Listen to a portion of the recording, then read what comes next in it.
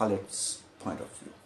I'm an ex-aviator, so I would always think that what was the pilot thinking at that time when it was all, I mean, it happened in 2 minutes and 35 seconds. That's 155 seconds altogether. 133 people went to heavens. Now, when you put the aircraft in a normal descent, let's suppose you were at 30,000 feet and the controller tells you to go down to, let's say, 20,000 feet. So you start your descent, you're going down, and once you're going down, now you're going with a rate of descent. It's always measured per minute, how many feet per minute. Suppose from 30,000 to 20,000, it takes 10,000 feet. So you can descend with 10,000 feet per minute too. That's going to be really fast, 5 times faster than normal descent.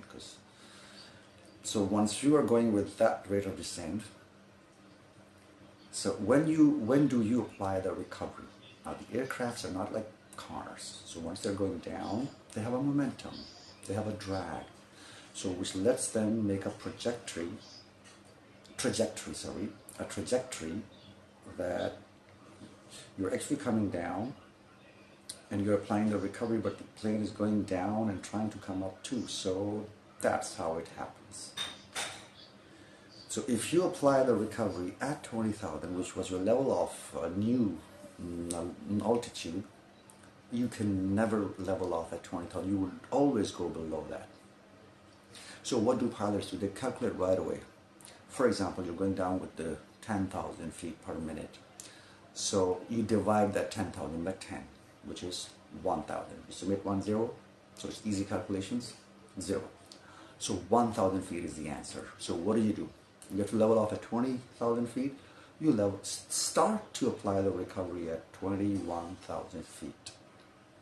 So once you are at 21,000 feet, with all the drag and the momentum, you're getting the nose up and you level off exactly at 20,000 feet and you move on. Now,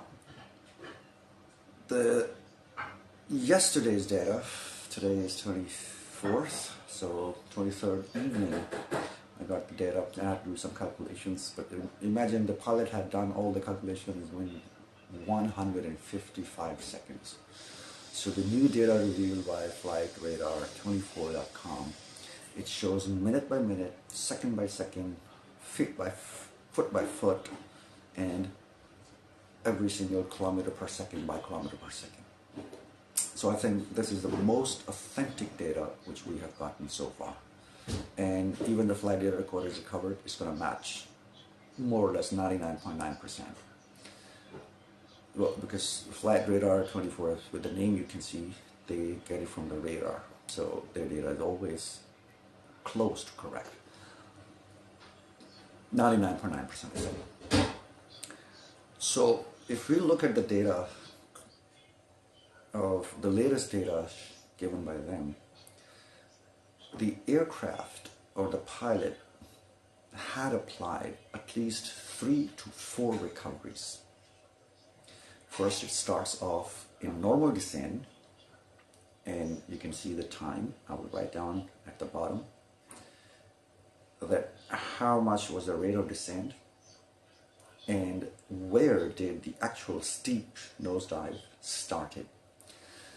Once it's, so from around the initial, now we're talking meters. If you want to convert meters into feet, just multiply them by 3. So it says 8,907 meters, right? So just multiply that by 3. So you get around about 27, 28, what? It's 3.3, close to 30,000 feet. In China they use meters. So 30,000 feet, let me talk in meters, around 9,000 meters, let's say, to make it simple. Initial descent starts for 15 seconds and it goes down to around 8,000 meters, which is around 25,000 feet. And then, poof, it goes down. Now, it goes down with the speed, so at some parts it's 30,000 feet per minute, descending with a speed of 30,000 feet. At some points it's 24,000. It was always above 18,000 feet until the first recovery applied a little bit, goes down again, and the second recovery gets it to straighten level again, and actually climbs up to almost 1,200 feet. That means the elevators were perfectly fine, nothing wrong with them. So it climbed up to 1,200 feet to around 8,400 feet, and then went into nosedive again.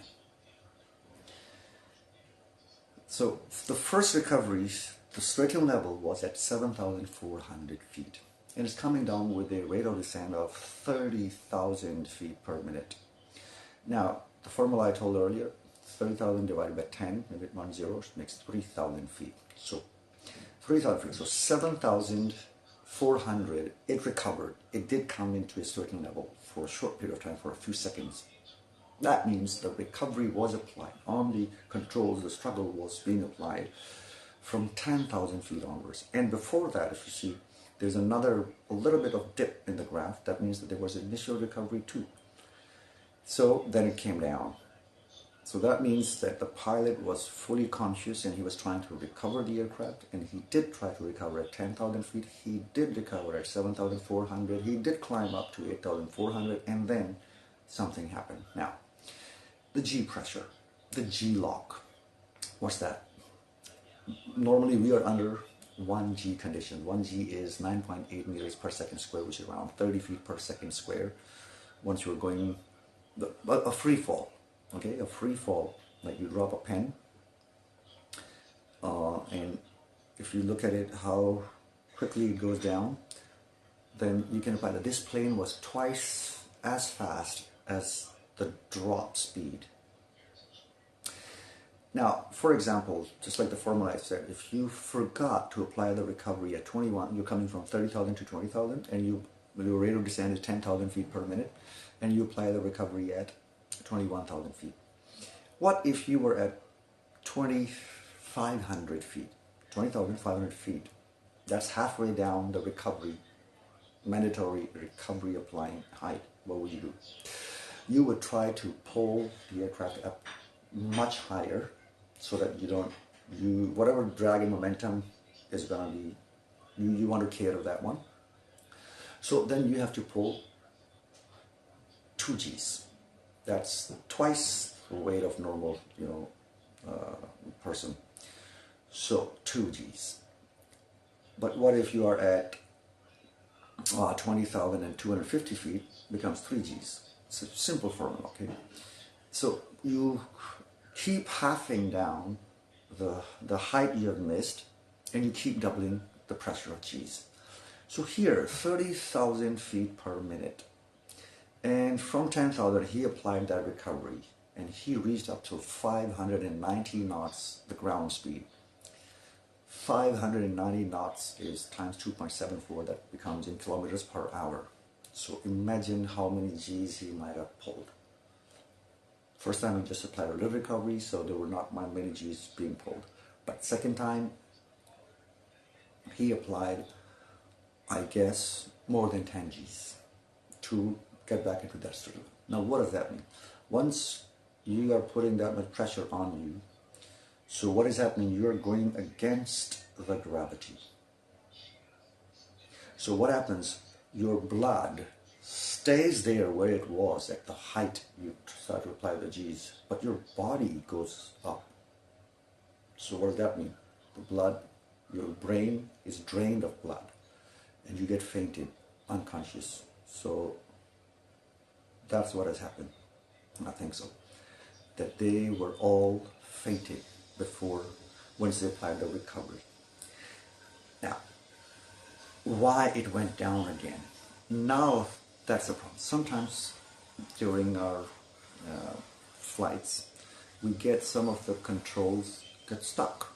It could be by any loose object in the cockpit, in the fuselage, or in the rudder controls, elevator controls, any screwdriver, nut, bolt, anything, even the whole, the screw even.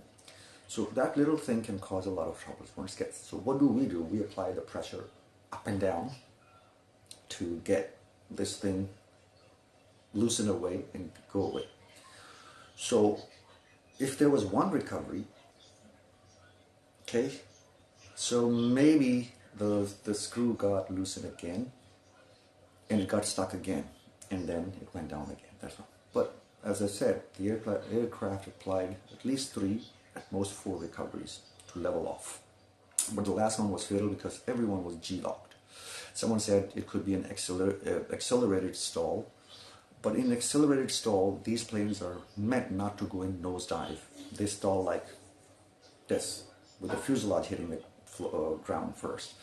Or they get into a flat spin, but they would never go into a nosedive. That means that the elevator at the back the trimmers were stuck at trim down position. That's why he was holding the pressure back. And when he was conscious, he did try twice or thrice, but when he became fainted, subconscious, when he left the controls, the auto trimmer, it worked back again. It was always in trim down position, so it put the aircraft into that seat back. On the previous ones, the Boeing 737 MAX, they had the MCAS installed to counter that problem, and that also became the failure of 2 aircrafts too. But on this aircraft, no MCAS, so wherever it was trimmed at, it went down again. That's the. Otherwise, there would be conspiracy theory that someone was trying to get the plane down and the pilot was struggling to get it up and then down and up. I don't buy that. China is a very safe country, and none of these things happen in China. So that theory is into the bin. So that was the update about the latest data, flight data, height by height, minute by minute, and time by time, and height by height, and speed by speed. Now, second thing is the ATC call.